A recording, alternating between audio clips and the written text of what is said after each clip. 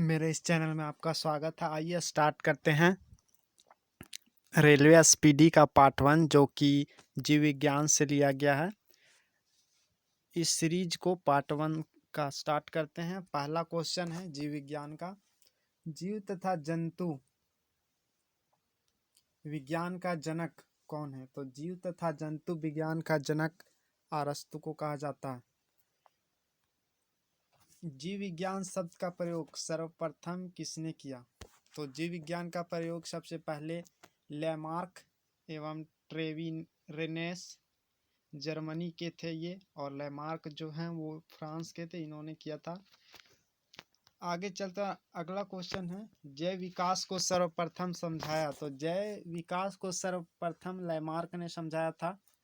चिकित्सा शास्त्र का जनक किसे कहा जाता है? हिप्पोक्रेट्स। हिप्पोक्रेट्स को चिकित्सा शास्त्र का जनक कहा जाता है। वनस्पति विज्ञान का जनक? तो वनस्पति विज्ञान का जनक थियोफ्रेस्टस को कहा जाता है। रसायन विज्ञान का जनक किसे कहा जाता है? तो रसायन विज्ञान का जनक लेओजियर को कहा जाता है। मानव का विकास इतिहास परंपराओं से संबंधित विषय कहलाता है। तो मानव का विकास इतिहास परंपराओं से संबंधित विषय एंथ्रोपोलॉजी। गैसों के विसरण के नियम किसने दिया था, किसने प्रतिपादन किया था? तो ग्राहम, इन्होंने गैसों का नियम दिया था। ग्रहों के गति के नियम का प्रतिपादन किसने किया था? तो ग्रहों का गति का नियम का प्रतिपादन जॉन्स केपलर ने किया था। E=mc² का समीकरण किसने दिया था? तो अल्बर्ट आइंस्टीन ने E=mc² का समीकरण दिया था। जड़त्व के नियम की खोज किसने की? जड़त्व के नियम की खोज गैलीलियो ने की थी। गुरुत्वाकर्षण के नियम के प्रतिपादक कौन है?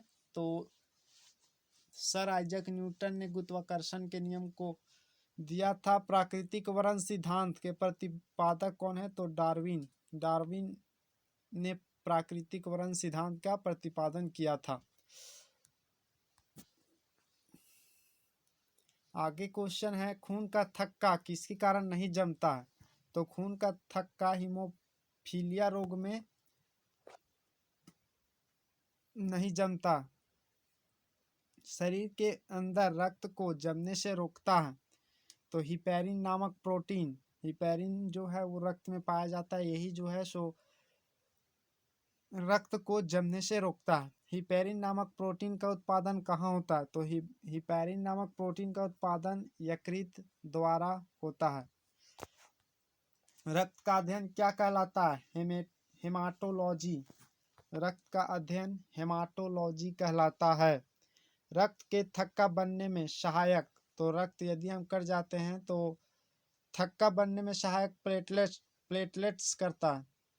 प्लेटलेट्स की मृत्यु होती है प्लीहा में, इसे कब्रगाह भी बोलते हैं प्लीहा को। रक्त का थक्का जमने में सहायक विटामिन, तो रक्त का थक्का जमने में सहायक विटामिन के होता है। रुधिर का तरल भाग, रुधिर के तरल भाग को प्लाज्मा कहते हैं। रक्त का कितना परसेंट भाग प्लाज्मा होता है? तो रक्त का 60% भाग प्लाज्मा होता है।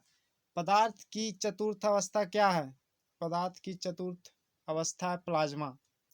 रक्त में पाए जाने वाली धातु है लोहा। ब्लड बैंक कहलाता है प्लीहा। आरबीसी का कब्रगाह शमशान किसे कहा जाता है? तो आरबीसी का कब्रगाह भी प्लीहा को कहा जाता है।